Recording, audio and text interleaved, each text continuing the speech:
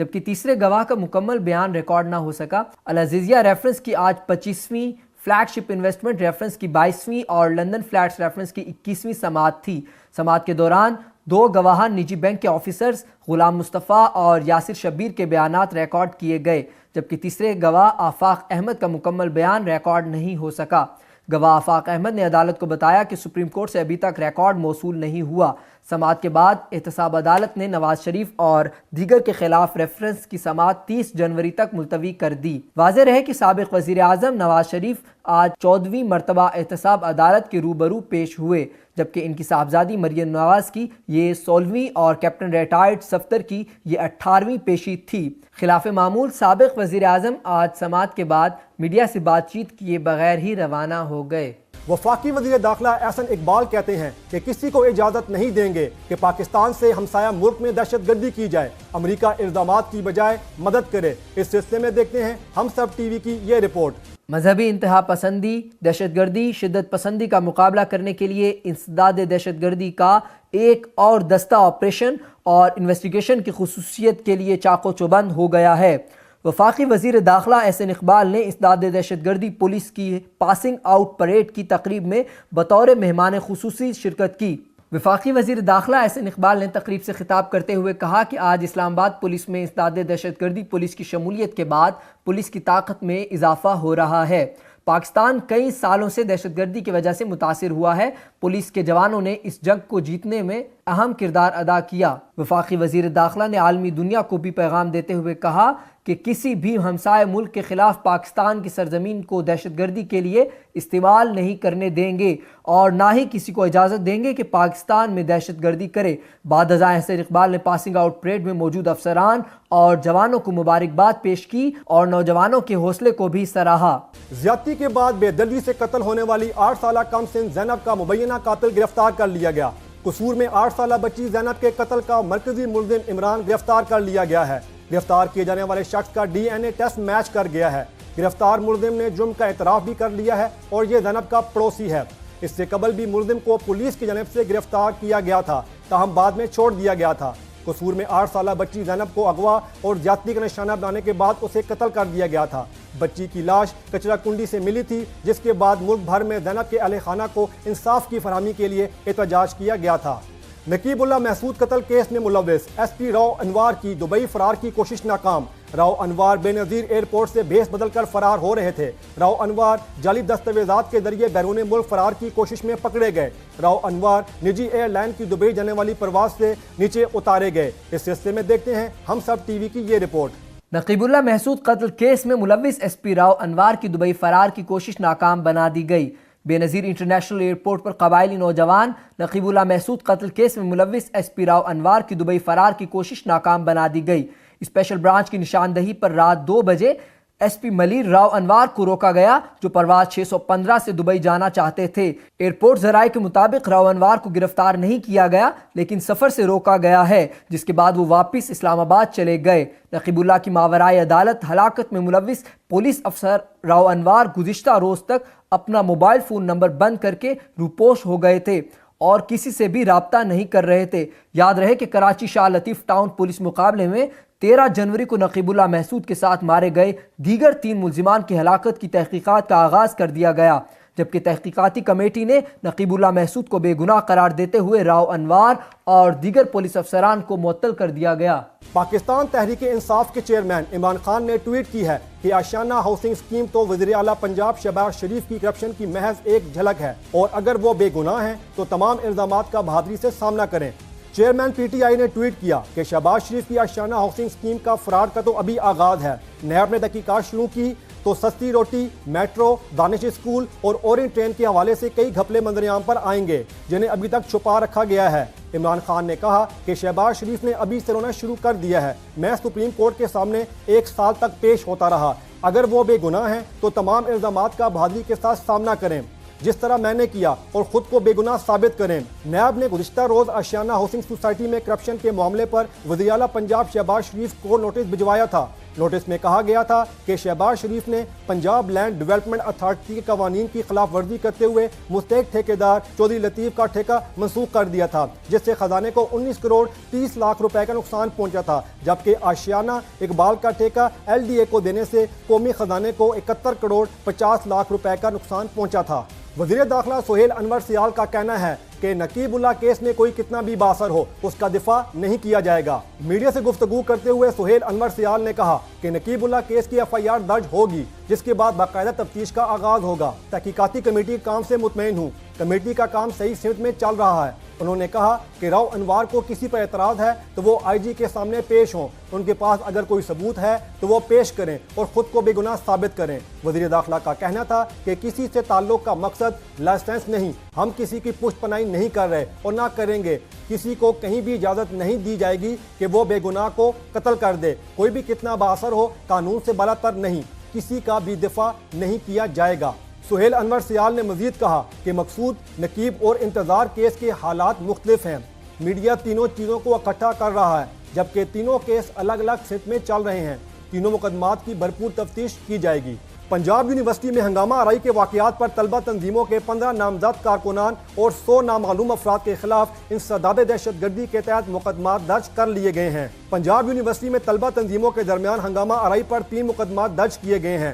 پہلا مقدمہ chief security officer colonel retire Ubaid کی مدیت میں درج کیا گیا، جبکہ دوسرا مقدمہ SHO نواں کوٹ خواجہ حسن اور تیسرا مقدمہ SHO ساندہ ملک تیمور کی مدیت میں درج کیا گیا۔ FIR طلبہ تنظیموں کے 15 نامزد کارکنان اور 100 نامعلوم افراد کے خلاف درج کی گئی ہے۔ FIR میں دہشت گردی کی دفعات بھی لگائی گئی ہیں۔ دوسری جانب طلبہ تنظیم کے کارکن آج ایک مرتبہ پھر سڑکوں پر نکل آئے اور یونیورسٹی کے ارد گرد کی سڑکوں کو بلاک کر دیا، جبکہ گاڑیاں روکنے پر طلبہ کا شہریوں کے ساتھ جھگڑا بھی ہوا۔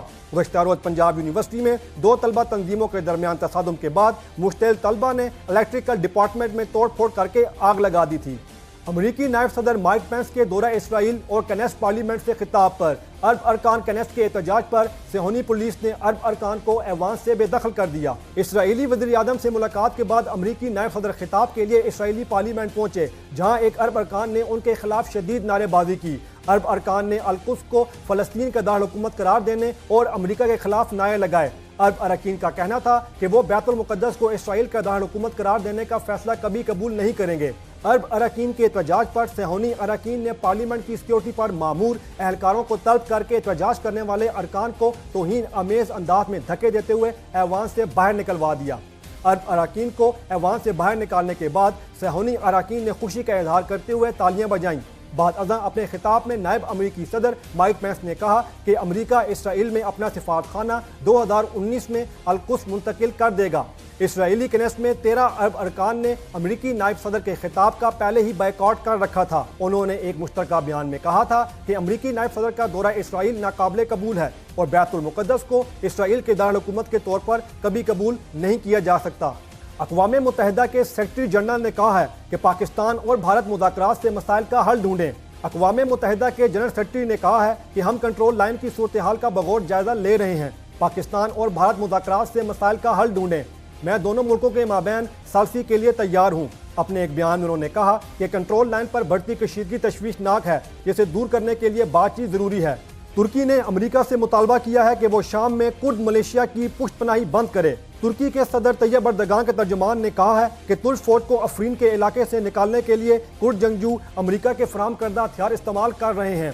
دوسری جانب امریکی وزیر خارجہ ریکس ٹلرسن نے کہا کہ ان کا ملک ترکی کے ساتھ مل کر شمالی شام کے حوالے سے اس کے سیکورٹی خدشات پر کام کرنے کے لیے تیار ہے۔ انہوں نے کہا کہ امریکہ ترکی کے دہشت گردوں سے دفاع کے حق کو تسلیم کرتا ہے اور اس نے صورتحال کو مستحکم بنانے کے لیے کچھ تجاویز بھی دی ہیں۔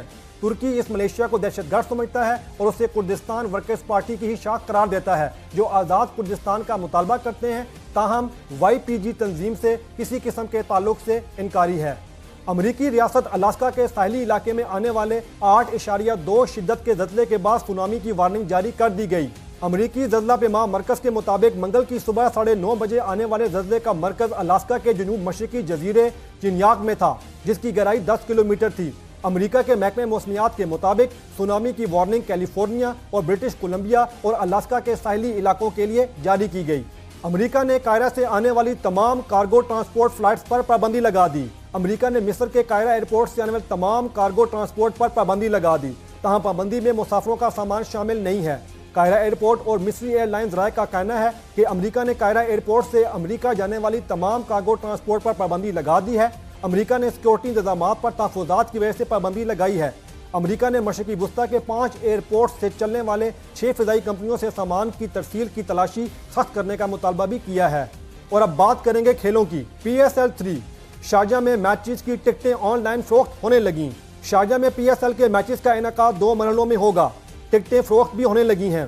پہلا مرحلہ اسلام آباد یونائیٹڈ اور کوئٹہ گلیڈیٹرز کی 28 فروری کو ہونے والے میچ سے شروع ہوگا، جبکہ دوسرا مرحلہ ملتان سلطان اور اسلام آباد یونائیٹڈ کے 13 مارچ کو ہونے والے میچ سے ہوگا۔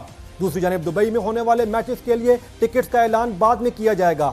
شارجہ میں ہونے والے ویک ڈے سنگل میچ کے لیے نارتھ اسٹینڈ کی ٹکٹ 20 درہم ہوگی اور ایسٹ کی ٹکٹ 40، ویسٹ انڈیز کی ٹکٹ 70 اور ممبر انکلوئرز کی ٹکٹ 150 درہم ہوگی۔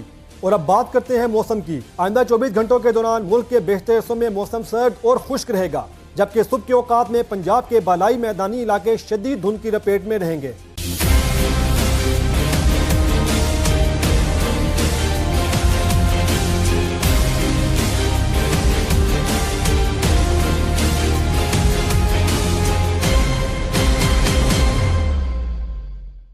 Please subscribe to Hums Up TV and hit the notification icon on the screen to get the latest updates of our channel. Thank you for watching Hums Up TV.